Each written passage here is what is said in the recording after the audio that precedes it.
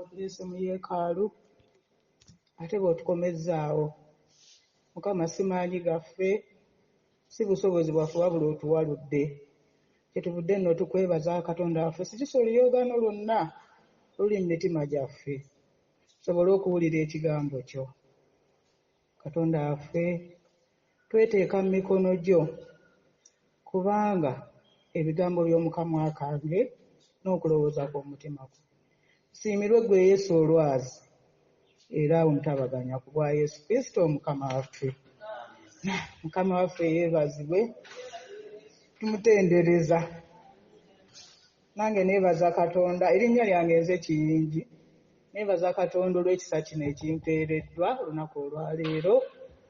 Si bangi abakiyaayaanira olwaleero abakifunye, naye nze Katonda nze bwe yakola ki?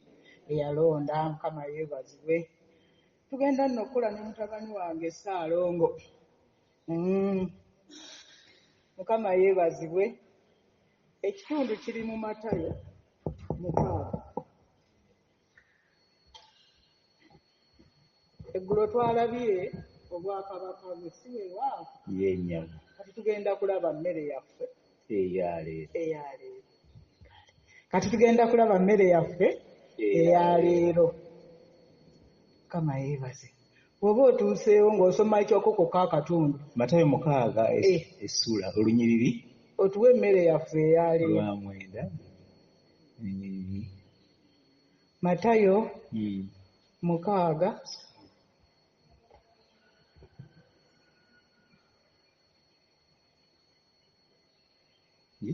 Matayo 6 okuva ku lw'omwenda. okuva ku lw'omwenda. Abaluganda kiri ku bungi bw'empapula 946 ku lw'yo lw'endagaano empya. Kale musabenga bwe muti nti Kitaffe ali mu ggulu, erinnya lye litukuzibwe. Kanduddemu. Kale musabenga bwe muti nti Kitaffe ali mu ggulu, erinnya lye litukuzibwe, obwakabaka bwo bujje, by'oyagala bikolebwe mu nsi nga bwe bikolebwa mu ggulu. Otuwe leero emmere yaffe eya leero. Awo tukomye. Otuwe leero emmere yaffe eya leero. Mukama yeebazibwe. Mukama yeebazibwe. Nange nayengedde okusooka byonna neebaza Katonda olw'abaweereza. Muweereza ssaala zino tusome kale tetugaa nti lukwakwayo, naye ng'amakulu tetukola ki? Tubadde tetugategeera bulungi. Kwegamba ono yagaa nti otuwe emmere yaffe eya leero, waaliwo ekigendererwa. Lwaki yasaba ya leero? Era lwaki teyasaba nti eya buli lunaku?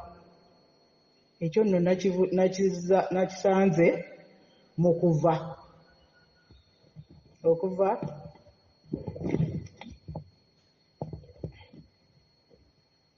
okuva essula ey'e16.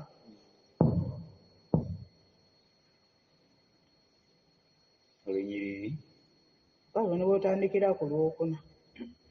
ku lwokuna Ne bw'otandikira ku bungi bw'empapula 74 ku lw'yo lw'endagaano enkadde, okuva essula ey'e16 olunyiriri lwa 4.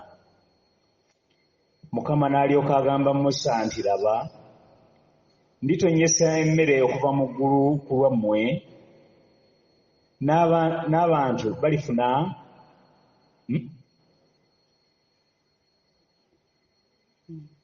munsensire ezali zikuze.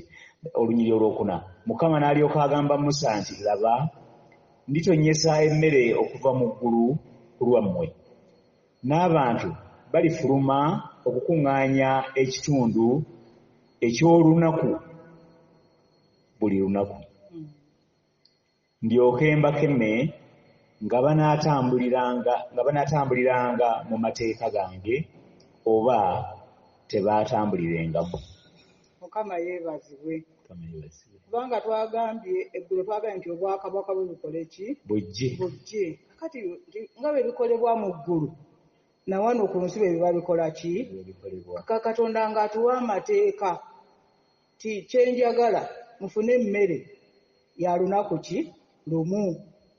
Naye era bw'ogenda mu maaso ng'osoma, waliwo ebizibu bingi ebyajja nga bwe mumanyiiyo abaakuŋŋaanya emmere ey'ennaku emmeka 2 era mujja kugisoma mulabe olw'obudde bwe baagikuŋŋaanya naye omusana bwe gwayakanga naye nga bagambye nti mutwale emmere eneemala abantu bammwe nga bwe muli ganga buli muntu alina okutwala emmere eneemala famire ye nga obaze abantu abali mu nnyumba yo.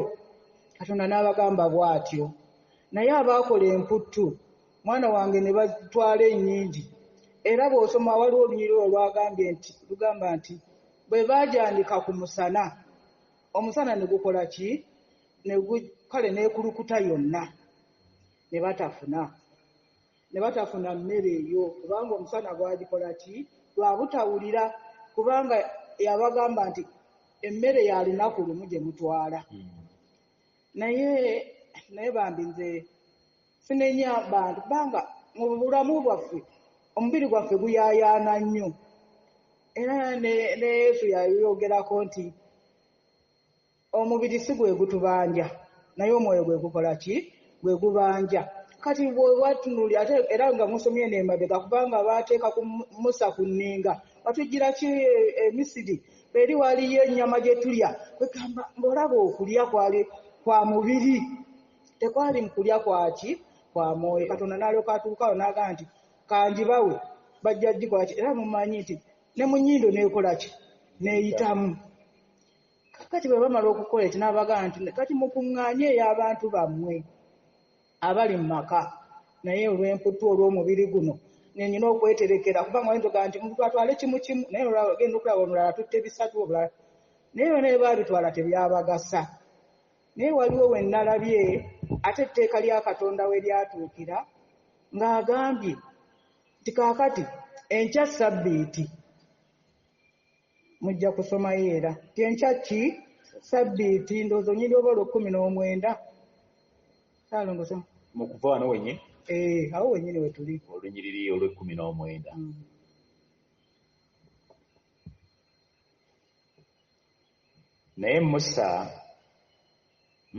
Naye Musa ne batamuwulira naye abamu mu bo ne balekawo okutuusa enkya. Okutuusa enkya n'ezaala envunyu n'ewunya. Kubanga Katonda ali abagambye batwale emmere ya lunaku ki lumu naye abalala ne batawulira. Kati naffe weetutyo Katonda ng'atuyita oluusi tetuwulidde kukola byakola ki byayagala kyetuva tujja mu maaso wentugaa nti Mukama otusaanyize kubanga guno omulawo agamba nti nze nabalonda mu butuufu oluusi waaliwo bangi abaali bayitiddwa naye ne batasaanyizibwa. Kaakati ffe Katonda ng'atuyise ne tuwulira eddoboozi ne tujja kale kyetuva tukola naye ekizibu ekikola mu byonna bangi abayise era nze nabagambako ti oluusi abantu balondebwa bulondebwa era bwe mulabanga ebintu bye bityo temwewuunyanga naye Katonda ng'akuyise nabagamba kuyitibwa kirala n'okulondebwa kirala. Naye olw'emputtu y'abaana ba Isirayiri bano Musa ne batamuwulira era tulabye ebyavaamu ng'emmere yakola ki yayonooneka yajjamu envunyu ekigenda ku 22 oba endowooza ku 21 olunyiri olw'21 wali mbadde sirumazeeyo. Musa n'abakwatirwa obusungu 21 ne bakuŋŋaanya buli nkya buli muntu nga bw'alya era omusana bwe gwayakanga n'ekereketa. 22 awo gonna mululu onaffe tulina bingi ebikereketa mu ffe. Oyinza okubeera wano nga tomanyi kiki kyokolokatya ekyo mu kyesomere kyokerekesa nga gw'oli ku mmere y'abaana ba Isirayiri kyoba nti abo nno naye nga naawe olina mu ggwe ebikulimu ebikola ki ebikereketa. Katonda bw'atutunuulira atulaba nga tulina bingi nnyo ebiri mu ffe ebikereketa, naye ekigambo kimu butawulira. Kati tulabe enjawulo y'okuwulira. Genda mu maaso Ssaalongo. Olunyiriri olw'22. Awo olunaku olw'omukaaga bwe lwatuukanga ne bakuŋŋaanya emirundi ebiri emmere, buli muntu komeri 2. Abakulu bonna ab'ekibiina ne bajja ne bamugamba Musa 23, n'abagamba nti ekyo Mukama kye yayogera nti enkya kye kiwummulo ekikulu, Ssabbiiti entukuvu eri Mukama. Mwokye bye mwagala okwokya, mufumbe bye mwagala okufumba, yonna esigalawo mweterekere. Mukama yeebaza. Ekyo ekiragiro kyava Mukama eky'okukola ki? Eky'okutereka. Naye era waaliwo ensonga, kubanga enkya yali Ssabbiiti nga teri kugenda mu ki?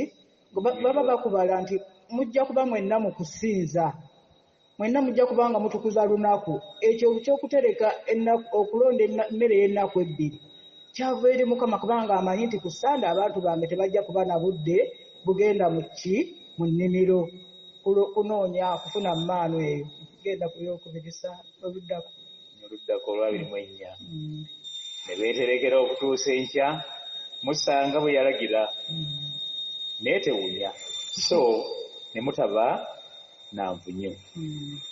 Olw'25 Musa n'ayogera nti mulye eno leero, kubanga leero ye Ssabbiiti eri Mukama. Leero temugira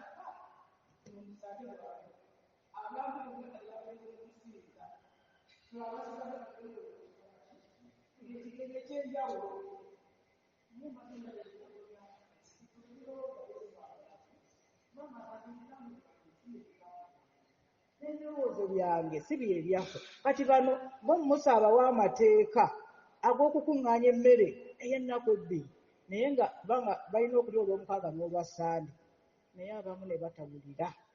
Era ne basalawo obutagenda kutukuza Ssabbiiti. Naye mulabye kye baakwasaayo. Onyiri olw'osomye olw'25 mulowooza baakwasa? Tebaagiraba. Olw'ensonga naffe twekwasa.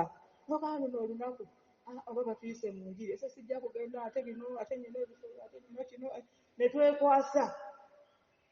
Nze abooluganda nyina edduuka, naye edda bwe twatandikira mu 7:8 ebyo gye mbabuulira, twasibangawo edduuka ne tujja ffenna okukola ki? Okusaba. Naye ng'abantu batuvuma, ate nga lyedduuka eryaliwo lyokka, naye nga batuvuma. Naye Katonda neewuunya, bwe twaddangayo ate ne tutunda nnyo. Juzi okubuulira enjiri waliwo omukwano gwange yaŋŋamba nti ekyamugaananga nno okusaba, naye yakoma okusaba mu 28 nga takyajjaamu ssenti Apolo wano, naye mu kubuulira kuno okw'enjiri kwe twalimu omwaka oguwedde n'akomawo. N'aŋŋamba n'omanye ekyali kiŋŋaana butunda. Obutunda obwo nga nti okubulekawo ngamba abaguzi tebajja kukola ki? Kugula. Kati eyo bwali butunda. Naye oyinza okuba nga naawe olina ekityo ekikulemesa. Naye n'agamba nti bwe naddayo ate mwana wange natunda n'enzeemu n'enkamula n'obulala. Ogamba Bayibuli kyegamba mu Matayo 6:3, musooke munoonye obwakabaka bwa Katonda, n'ebirala bikola ki? Bitwongerwako. Mukama abeere nammwe.